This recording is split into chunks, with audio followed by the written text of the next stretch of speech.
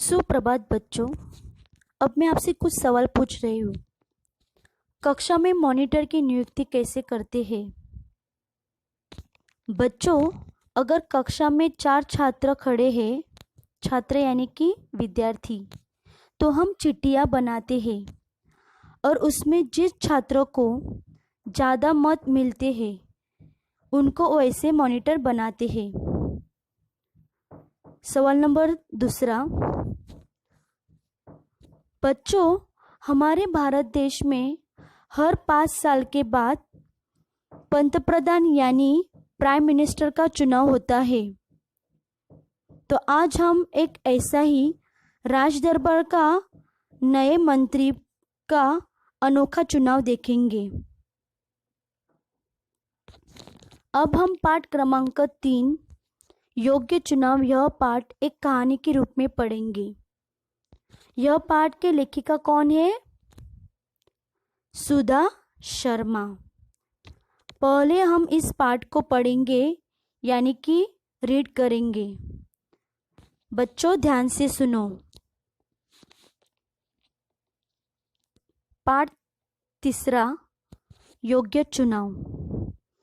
योग्य यानी कि उचित, चुनाव मतलब चयन। राजा मंगलसेन के मंत्री जगतराम बूढ़े हो चुके थे। उन्होंने राजा से स्वयं को सेवा मुक्त करने की विनती की। सेवा मुक्त यानी कि रिटायर्ड, विनती यानी कि प्रार्थना। राजा मंगलसेन ने कहा, आप पहले अपने जैसे सेवाभावी, परोपकारी और ईमानदार मंत्री का चुनाव कर लीजिए। सेवाभावी यानी कि सेवा करने की वृत्ति, परोपकारी यानी कि दूसरों का भला करने वाला, और ईमानदार यानी कि सच्चा। तभी आपको सेवा मुक्त किया जा सकता है। जगतराम ने आदेश दिया, राज्य में ढिंडोरा पिटवा दो कि राज्य के नए मंत्री का चयन अगले गुरुवार को किया जाएगा। ढिंडोरे यानी कि घोषणा। इस पद के इच्छुक 11 बजे राज दरबार में पहुंचे। इच्छुक यानी कि चाहते, इंटरेस्टेड। हरकारे गांव गांव ढिंडोरे पीटने लगे। हरकारे मतलब ढिंडोरे पीटने वाला। चयन वाले दिन राज दरबार की ओर जाने वाले मार्ग पर सुबह से ही 9 युवकों की भीड़ लग गई थी। सैकड़ों की संख्या में युवक दरबार की ओर जा रहे थे। युवक यानी कि जवान, यूथ। इसी रास्ते पर एक तरफ एक वृद्ध हताश सा बैठा था। हताश यानी कि निराश, और वृद्ध मतलब बूढ़ा आदमी। उसकी बैलगाड़ी का एक पहिया रास्ते के किनारे कीचड़ में फंस गया था। कीचड़ यानी कि गीली मिट्टी। वृद्ध ने कई बार पहिया कीचड़ से निकालने की कोशिश की पर असफल रहा। मंत्री पद के अनेक उम्मीदवारों ने राजदरबार जाते समय यह दृश्य देखा पर किसी ने भी वृद्ध की सहायता नहीं की। उम्मीदवार यानी कि चुनाव में खड़े रहने वाले युवक। उम्मीदवार युवकों में एक था कर्मवीर। कर्मवीर निर्धन परिवार का प्रतिभाशाली नवयुवक था। निर्धन यानी कि गरीब, और प्रतिभाशाली मतलब सभी गुणों से संपन्न, जैसे कि हम लोग बोलते हैं ना, सर्वगुण संपन्न। वह तेजी से राज दरबार की ओर जा रहा था।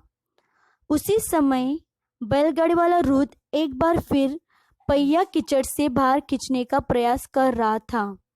प्रयास यानी कि प्रयत्न, कोशिश। यह दृश्य देखकर दरबार पहुंचने की चिंता न करते हुए कर्मवीर सीधे कीचड़ में उतरा। जोर लगाकर उसने बैलगाड़ी का पहिया कीचड़ से बाहर निकाला। वृद्ध ने उसे ढेरों आशीर्वाद दिए, फिर इनाम में कुछ रुपए देने चाहे, पर कर्मवीर ने विनम्रता से मना कर दिया। इनाम यानी कि बख्शिश। देर हो जाने की आशंका से भागते दौड़ते कर्मवीर दरबार पहुंचा। वह हाँफ रहा था। हाँफना मतलब सांस ऊपर नीचे होना यानी कि थकना। उसके कपड़े कीचड़ से सने थे। सने मतलब गंदे। सारे उम्मीदवार उसे देखकर हंसने लगे। तभी बैलगाड़ी वाला रुद भी वहां पहुंचा। वह रुद कोई और नहीं बल्कि स्वयं मंत्री जगतराम थे। उन्होंने सारी घटना राजा को सुनाई। फिर जगतराम ने राजा से कहा, महाराज, कर्मवीर में वे सारे गुण हैं जो राज्य के मंत्री के लिए आवश्यक है। सारी बातें जानकर राजा मंगलसेन बहुत प्रसन्न हुए। प्रसन्न होना मतलब खुश होना। उन्होंने कहा, जो सामान्य आदमी की पीड़ा से दुखी होता है, उसे दूर करने का प्रयास करता है, वही राज्य के ऊंचे पद पर बैठने का अधिकारी होता है। सामान्य यानी कि सीधा साधा, और पीड़ा मतलब दर्द। जगतराम जी ने योग्य व्यक्ति का चुनाव किया है। आज से कर्मवीर राज्य के नए मंत्री होंगे। तो बच्चों, अब मैं इस पाठ को एक कहानी के रूप में तुम्हें समझाऊंगी।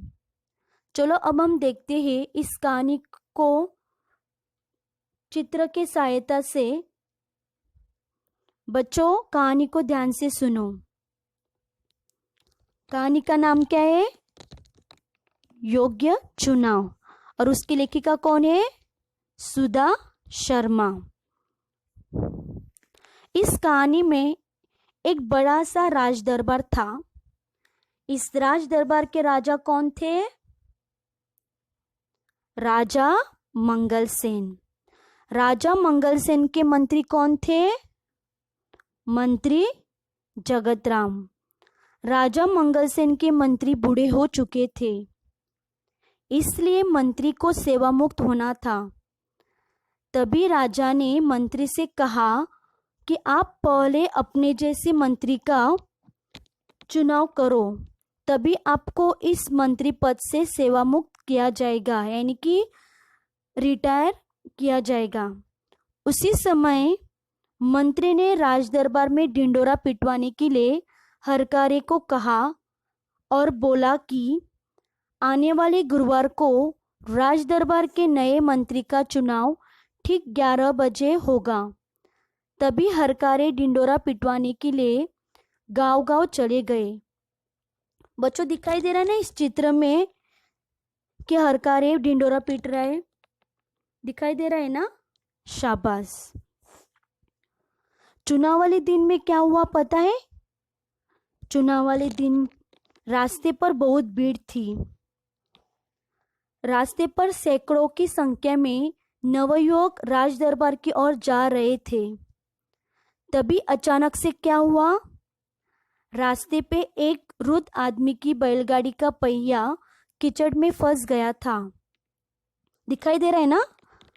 वो वृद्ध के बैलगाड़ी का पहिया कीचड़ में फंसा हुआ है। दिखाई दे रहा है? शाबाश।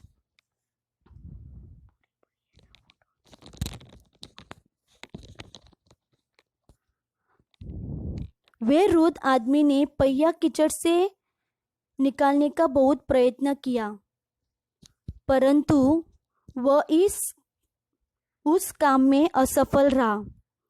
राज दरबार की ओर जाने वाले सभी उम्मीदवार उस वृद्ध को देख रहे थे, परंतु उन्होंने उस वृद्ध की मदद न करते हुए राज दरबार की ओर बढ़ गए, पर किसी ने भी उसकी मदद नहीं की। तभी दिखाई दे रहा है ना बच्चों, कैसा वृद्ध आदमी हताशा अपने बैलगाड़ी का पहिया कीचड़ से बाहर निकालने का कोशिश कर रहा है। दिखाई दे रहा है? शाबाश। उन उम्मीदवारों में से एक युवक था, उसका नाम क्या था? क्या था? कर्मवीर। और वो कर्मवीर गरीब परिवार से था।